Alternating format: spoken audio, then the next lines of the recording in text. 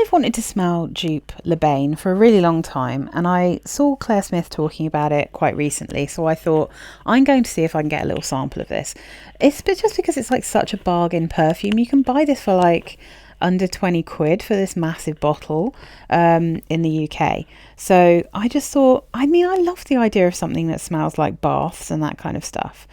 But I never wanted to actually blind buy this because it has vanilla and patchouli in it. So my feelings were I didn't know how this could kind of smell like a bath. And after smelling it, I do not think this smells like a bath. Which I find really interesting. So firstly, it says wild rose, vanilla and amber on here. If you look just down the bottom, let's just try and get this. It's so bright. I don't know why. So it's got a really annoying little thing here. So it's kind of hard to smell it. But I did try this on my skin. I'm just going to pull this out real quick. My personal feelings about Bain is that this is definitely way too vanilla-y to smell bath-like to me. I do think it's soapy. And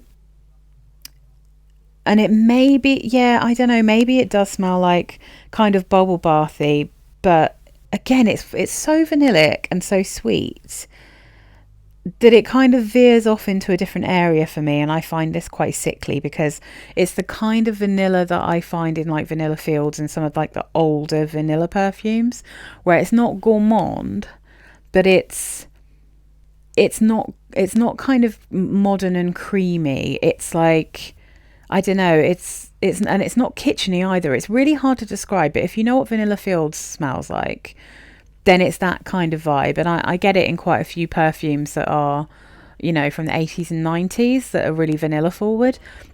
So this one has aldehydes, orange blossom, bergamot and lemon in the top notes. It's got sandalwood, jasmine, cedar, rose and lily of the valley in the mid. And then in the base, it's got tonka bean, vanilla, amber, musk and patchouli. And for me, it's those base notes that are taking this into a completely different direction that are not at all making me think of baths. I can totally understand that some people find this quite cozy. I totally get that. And I think probably if I didn't have the feelings I do and I wasn't as fussy about vanilla as I am, then maybe I would find this one quite comforting too.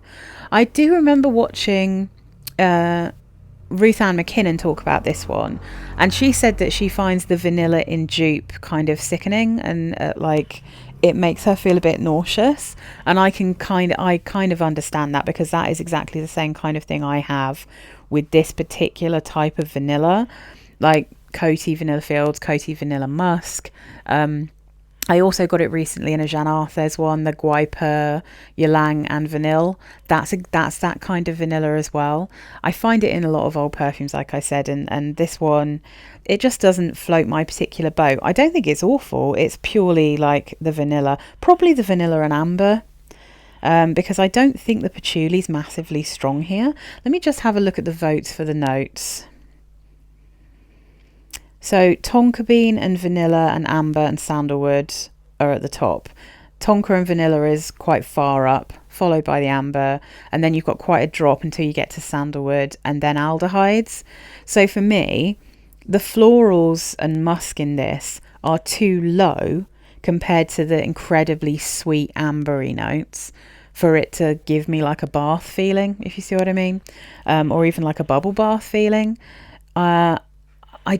I mean, yeah, there are aldehydes that give it that kind of soapy vibe at first, but the dry down is vanilla. This is a vanilla perfume.